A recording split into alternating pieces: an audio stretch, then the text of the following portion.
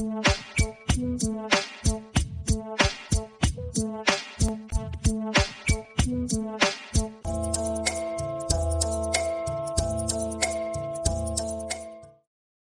and welcome at this new episode of our podcast, Time to Talk, Peace in Ukraine, where we talk with people who are each in their own way aiming to work for peace, especially peace in Ukraine, as that has been up to now one of the most devastating wars on the European continent and around the world ever since the Second World War.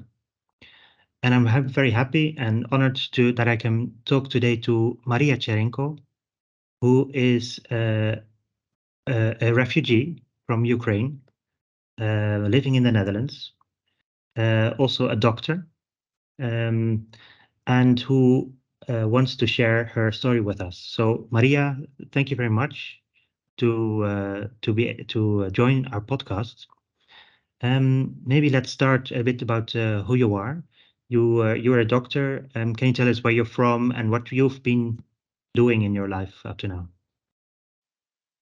Thank you, Jakob, for everything you are doing, for your aims, and thank you for inviting me. For me, it's an honor and to represent Ukrainians in front of the Netherlands population and other people. And several words about me. Yes, I'm a doctor, and I was not planning to go out from Ukraine before the war has started. And we have not believed that it could happen. And it was a great disaster. And with my kids, I have left Ukraine 1 week after the war has started. And I have come to Den Haag because my brother was living here already for several years. And we were never thinking about immigration, and we were doing very well in Ukraine. And I had my private practice in Kiev, in the center of the city, and our life in Kiev was absolutely peaceful and joyful and full of many good things. And I'm really grateful for everything the Netherlands is doing for Ukrainian people. And it's really a huge work and a huge help. And I have a lot of acquaintances here who are really appreciating everything that's happening. And of course, also, we do appreciate the help of the government. And there are a lot of things which are happening and in which the Netherlands is helping. And it's already a year and a half we are living here, and we were lucky enough to be settled in a very good way. We are renting an apartment. I have found a job. Unfortunately, I cannot work as a doctor because of many legal issues. But my children are to Dutch school, they're learning Dutch, and they're happy to live their life. Of course, they miss their country. Of course, they miss families, our friends, of our relatives who are with us. But well, of course, we are safe. Thank you very much, Maryia, for explaining that. And of course, I think it's very good that the Netherlands is open to Ukrainian refugees. Like, I was wondering, like you said, you never could see this happen to you in your life before. You had a good life in Kiev. So were you surprised at, in February 2022 when there was the Russian invasion? Were you surprised, or were you also thinking, okay, now, I saw this coming, or what were you thinking? Let's say honestly that the biggest part of Ukraine was not admitting that the war is happening since 2014. And for many people, it was really only Donetsk region, which was Donetsk, Lugansk region, which were invaded, and that something was going on there. But for the biggest part of Ukraine, the life was normal. And now we do understand that it was a big mistake of the most part of the population. But yes, it was unbelievable to think that military Russian groups can come to Kiev, can come to Chernihiv, to Kharkiv. My mother is was half. She's dead. She was half Russian. Her mother was from Russia, and we had relatives also in Russia, and we were living separately, but not thinking about the conflict, about war, about killing each other. It's no. So you say you still have family in Russia? Yes, it's my two aunts, but I have not seen them for years. And I have cousins there also, but we were not speaking for ages before, but propaganda was working. How was propaganda working?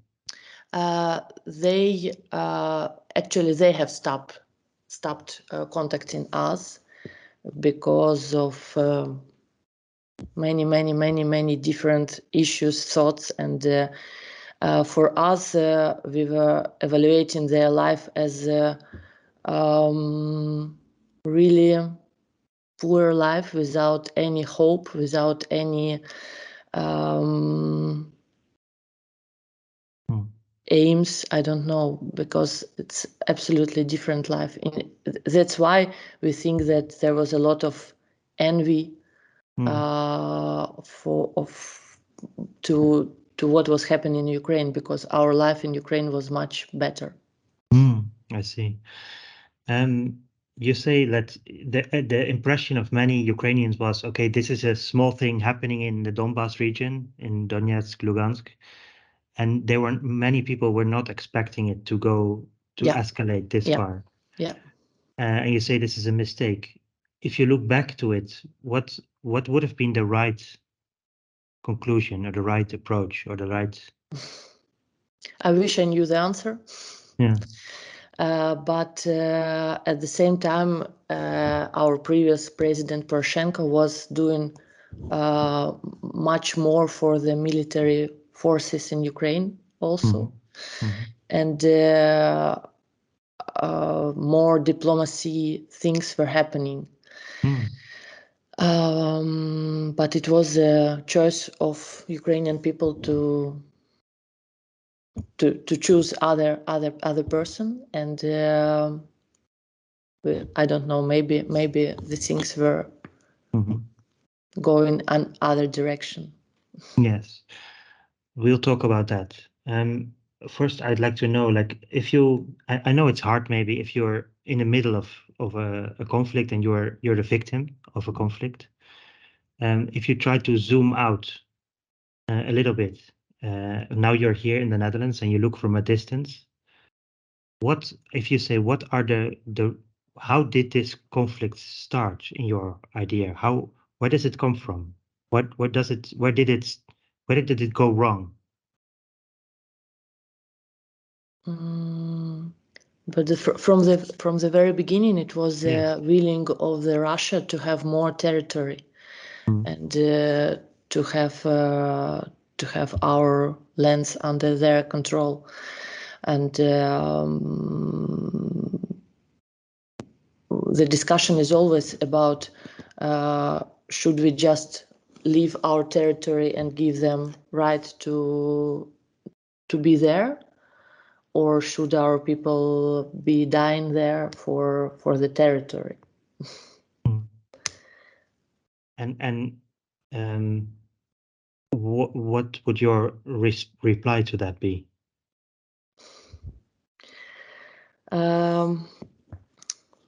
Maybe I'm too peaceful. Maybe it's mirroring. Maybe it's a reflection of my character of being a doctor. I do think that people do not have to die, and that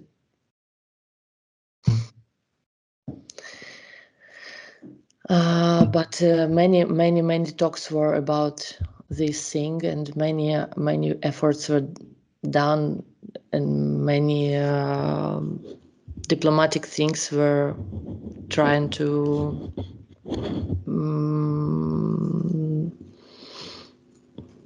be there, but we have not ever seen any results. Only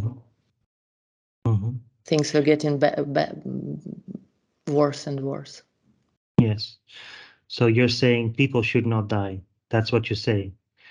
At this moment, I think it's an unimaginable number of people that have died, actually. Are you being told the true numbers as Ukrainians? What are your own estimations? Because I see a lot of different numbers.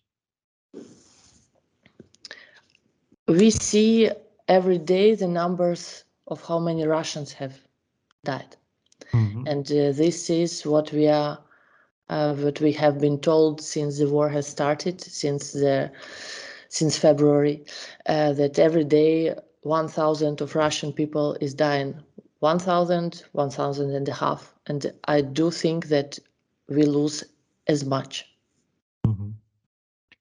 So that means that there must be hundreds of thousands of dead people. And we do not, it's only if we are talking about the military guys, yes, and how many population have died in Mariupol, in Kharkiv, in Chernigov, in Bucha, in Irpin, and I think it's thousands. Yeah. So, and do you know many people who have died? There are already people in my nearest circle. Yeah. And they have been mobilized. They were soldiers. Yes. In my experience, I have no civilians. I do not know civilians who have died.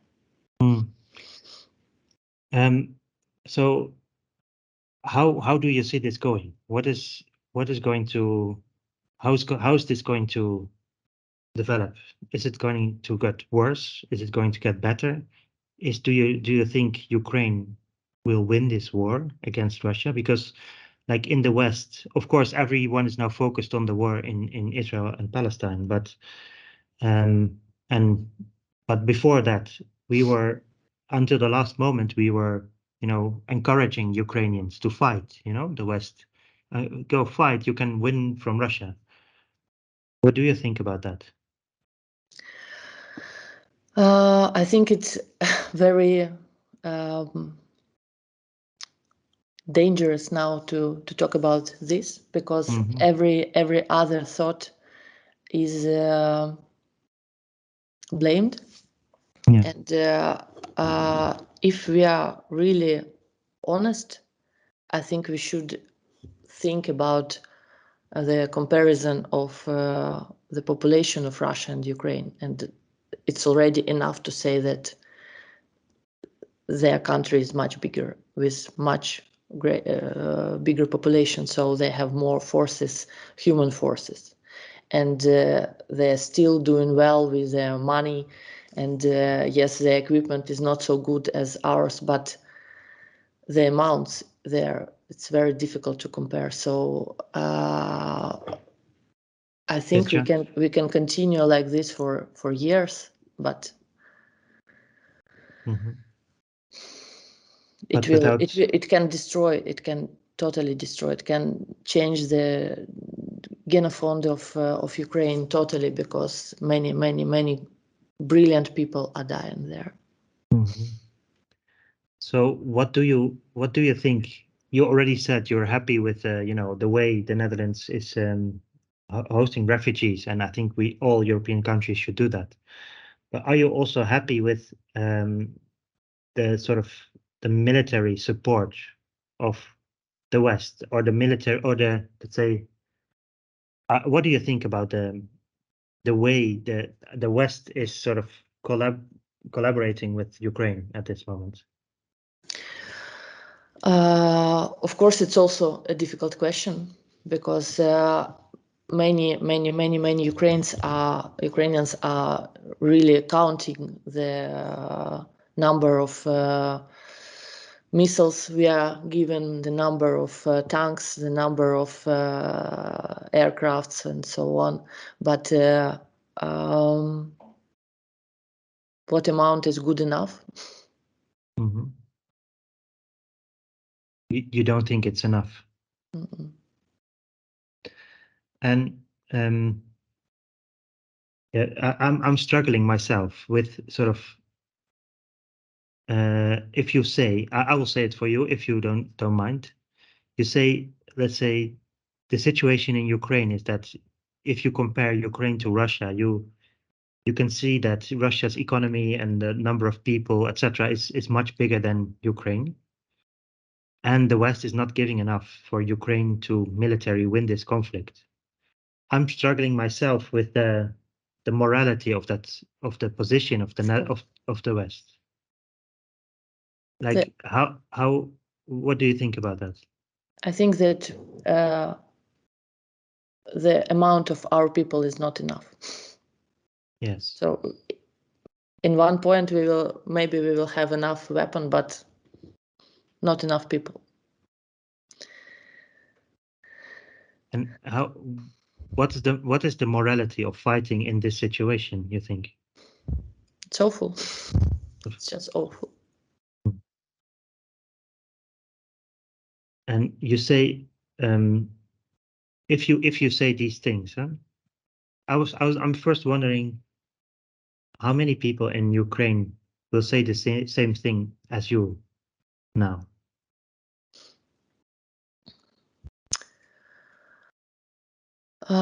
It's difficult to estimate, of course, and I think that the mentality already differs a lot in people who have left and people who are there all the time, because they're just living in this, and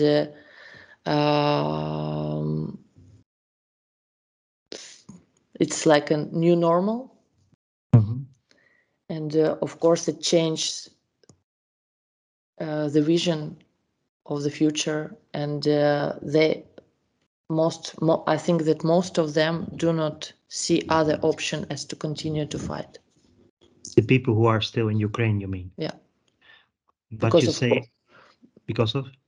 because many husbands, many brothers, many fathers are there, and so like, why my brother has died, and for what? And now you will say that we will have a peaceful conversation with Russia. No, it's not possible anymore. So Mhm. it's what we are hearing from many families who have lost their relatives, their friends, their closest circle. Yeah.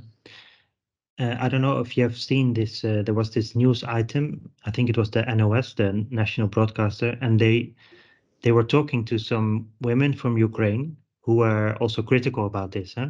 They said we should continue to fight. And they say, why are there, why is not everyone fighting? What do you think about that?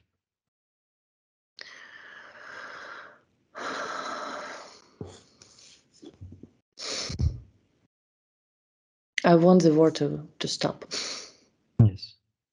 I don't want people to die. I don't think that in 2023 we are talking about about killing people, about, I don't, it's a human disaster. Yes. So you say like it's at several of my questions you say it's difficult to say because there's what will the reaction be maybe Yeah. in the Ukrainian community. So I wonder if you say something like this, you say the war needs to stop. In 2023 we shouldn't be killing each other like that. How like why is it difficult to say that? I'm pretty sure that many people will say that it is easy for me to say this because my brother is safe, I'm safe, my children are safe, and nobody from my relatives is in the army now. So for me, it's easy to say that let's stop the war just like this. Yeah. And it's not the same for many Ukrainians who are there and whose life have already changed absolutely, and will for all of us we will never be at the same life as we were previously living. But But is there a certain danger of saying the things that you say? Let's say to say I want the war to stop. Is there a consequence if you say that? I think no. Hmm. I think it's only social pressure that can be the result of saying something unpopular. Hmm. But no, I'm still convinced that in Ukraine now, and it was previously also so, we have a freedom of word, so Yeah. we can really be honest and open and say what we think about the president, about the parliament, Hmm. about the war. Yeah. Um, so if I agree with you, the war has to end. That the human toll, the human costs of this war are just unimaginable. Um, but then maybe I was asking, how many people would say that this is sort of a betrayal, So because I can imagine also if you're in a fight and if you're eager to win, then you do not maybe want to hear Yes. people saying, we're gonna lose because that's demoralizing or whatever. Like, how is it seen in that way? Yes, you're absolutely right, and this what I'm reading every day in Facebook, because many people just say, uh, "Stop demoralization, stop your thoughts, stop your talks," because people who are fighting now, they are reading this also, and for them it's like dying for nothing. Mm.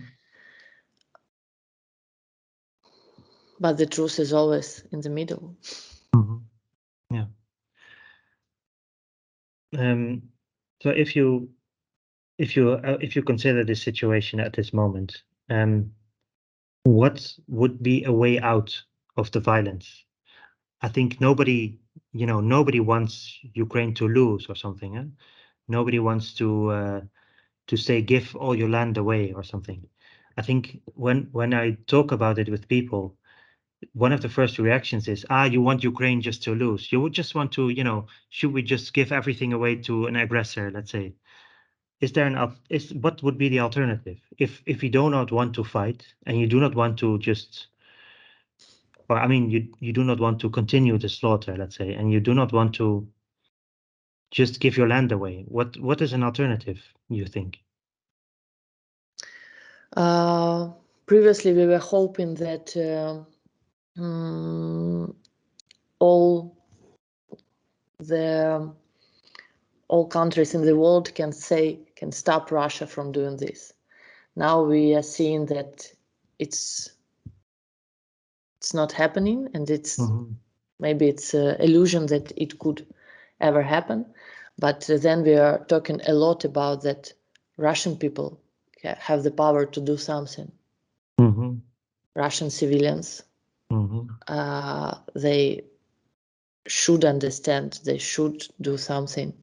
But we are still seeing a lot of interviews that many Russians support this war. And in this way, if we will just stop, they will have our land. And do you not believe that there could be some sort of diplomatic solution if, let's say, if the US and Europe would say, okay, we're gonna, talk to Russia, let's say, would there be, in your perspective, a way of saving Ukraine by talking? I wish it could be the reality, but as it is happening now, Russia is not talking. And it's, and it is Russia is not difficult to talking. talk to the wall. But do you see enough Western efforts to talk to Russia? No. So it's from two sides. Maybe, of course, maybe we are not seeing everything. Maybe something is behind. Maybe people are not told of many things which are happening behind the curtains. But yeah. And if I might ask you, how do you judge the current government in Ukraine? How the way they have been handling the war up to now? What is your judgment? Have they been doing their best? No. No. Especially, we are talking about this a lot. That they have knew so many things before February, and they were not trying to protect people. They were not trying to be stronger, to be diplomatic, to be, I don't know. And now also we are only talking about weapons. And can you give an example of what they knew before and what they didn't do or should have done?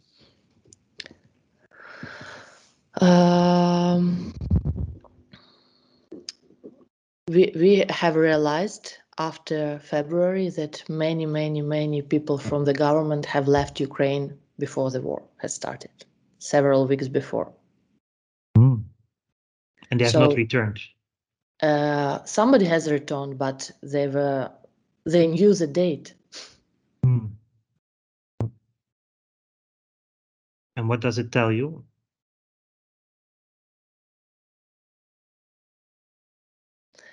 I think there were a lot of things which were hidden from us, and that maybe it was some kind of dialogue which was happening between Russian government and our government, how to separate Ukraine, how to give our territory. And I think one of the plans was like this. Do you think the current government could have prevented the invasion of Russia? I think yes. You think so? Yeah. By talking? By talking, maybe in some way by showing our strengths, or by being prepared, or I don't know. But by talking also, of course.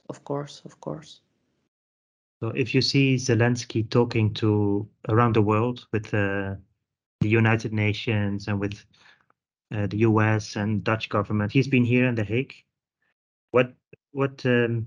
How does it make you feel? Are you proud? You're strong. We're fighting, or what kind of impression does Zelensky give you? It's my own opinion. Yes. Yeah, I'm talking only about from my point of view, and I have never supported him.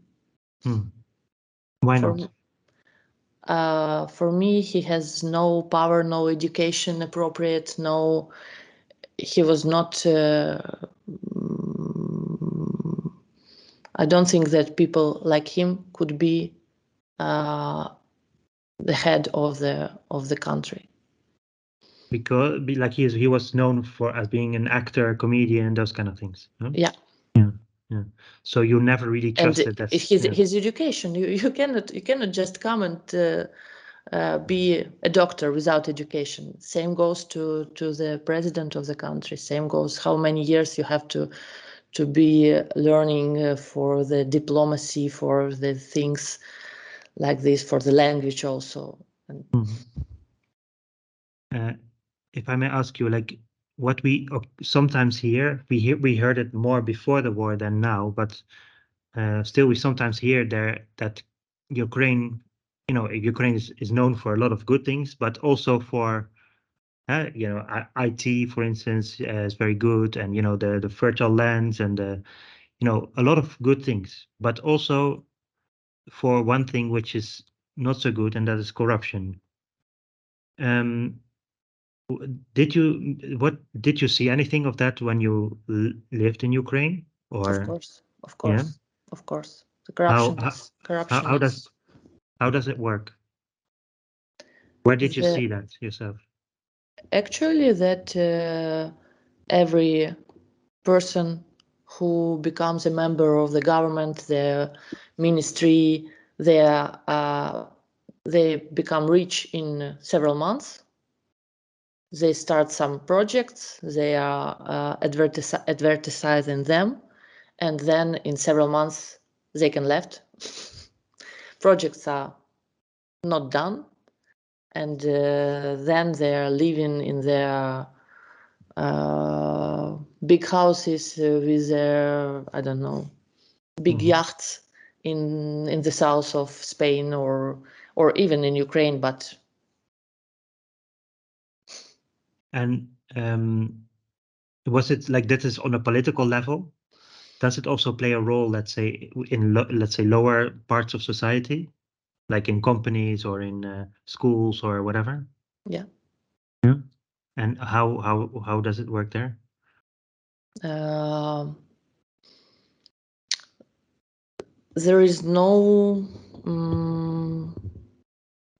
clear competition when people are taking some posts in, for example, to become a director of the school. You just cannot win the concourse honestly. No, it's not possible.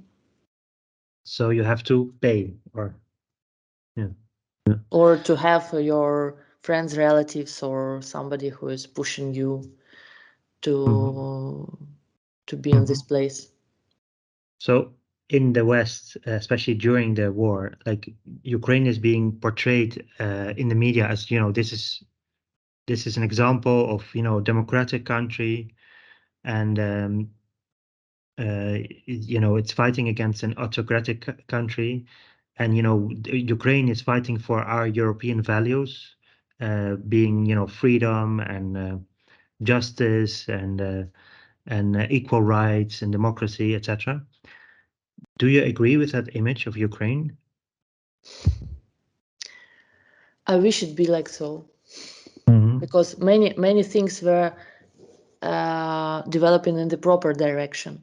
Yes. Many things were much more clear, and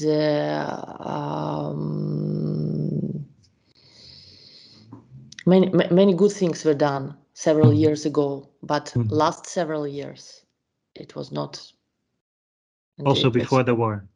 yeah. So you talk about people enriching themselves from government positions. Does that also count for the Zelensky and his people around him? Yes, of course. And is there any relation between, let's say, corruption and the way Ukraine has handled the threat from Russia, you think? I think my knowledge is not enough, but I'm feeling like this. Yeah. Yeah. For me, the connection is really. Are there any economic interests? Like, is any Ukrainian profiting from the war at this moment? I'm pretty sure that yes. Yeah. Also, people in government circles. Yes. So there's for them no incentive to stop the war then.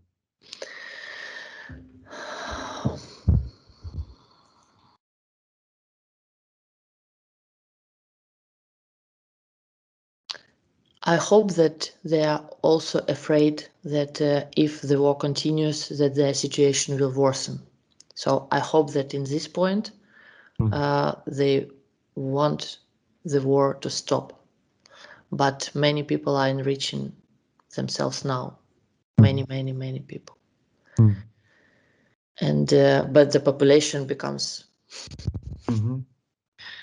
Let's talk about. You mentioned it. You want the war to stop. Yeah. What needs to happen in order for the war to stop, in your perspective?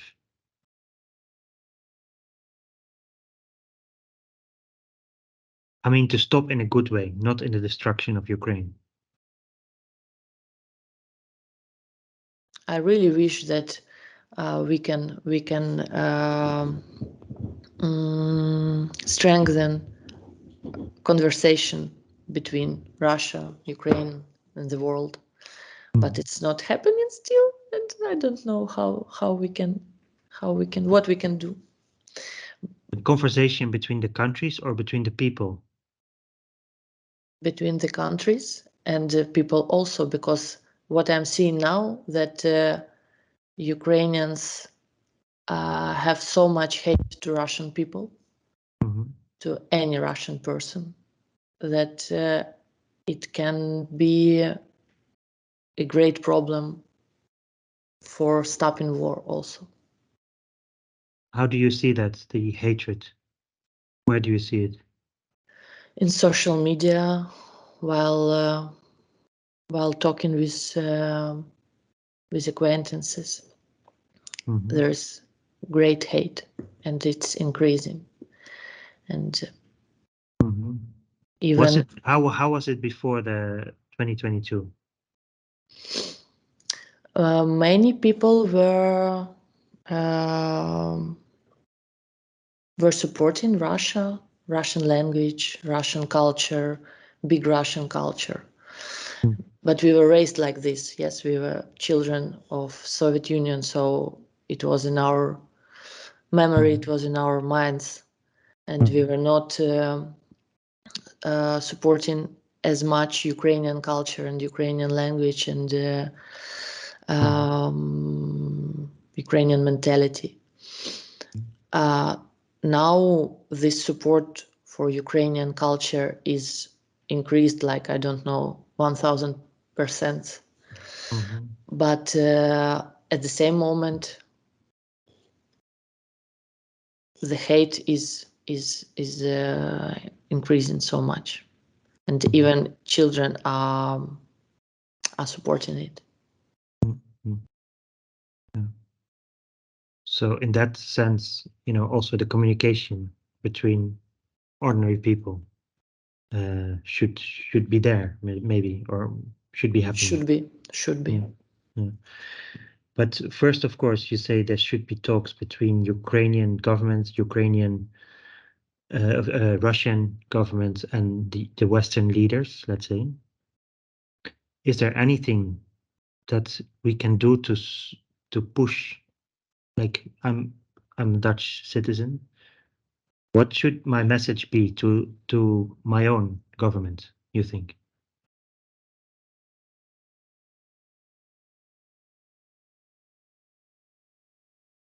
That we should be looking for other ways of stopping this. And if the ordinary way of giving weapon is not working, and we should discuss something more or something else, or be trying to treat the disease in other way, if our treatment is failing. As a doctor speaking, yeah. And so what if you think about like you say, you expect also Russian people to say something and to do something. What would your message be to, let's say, ordinary Russian people at this moment? I think that for all Russian people, it's also a great disaster. And they are not feeling it in the same way as we are feeling this because They're safe, yeah. But I think that it is a great shame now to be a Russian person. Because in my opinion, they should be on the streets of their cities. They should say that they are not supporting their government, that they are not supporting war, and to call it in a proper way, to call it war and not operation of saving somebody in the terroristic Ukrainian land.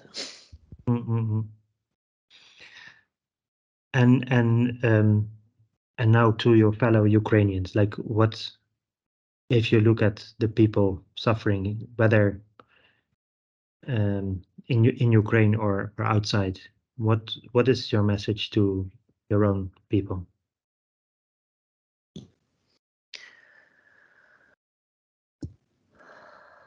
I think that we should continue conversation, and if we are just thinking about killing people and hate, it will not give us an opportunity of peaceful and richful and pleasant life in the future, because our children will always live with these feelings inside. So it's not the only way that it is possible, but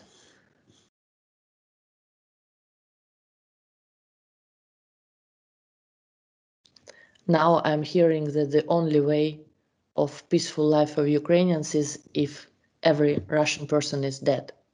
And it's not normal to say like this. It's not normal to live like this with such an opinion in your mind.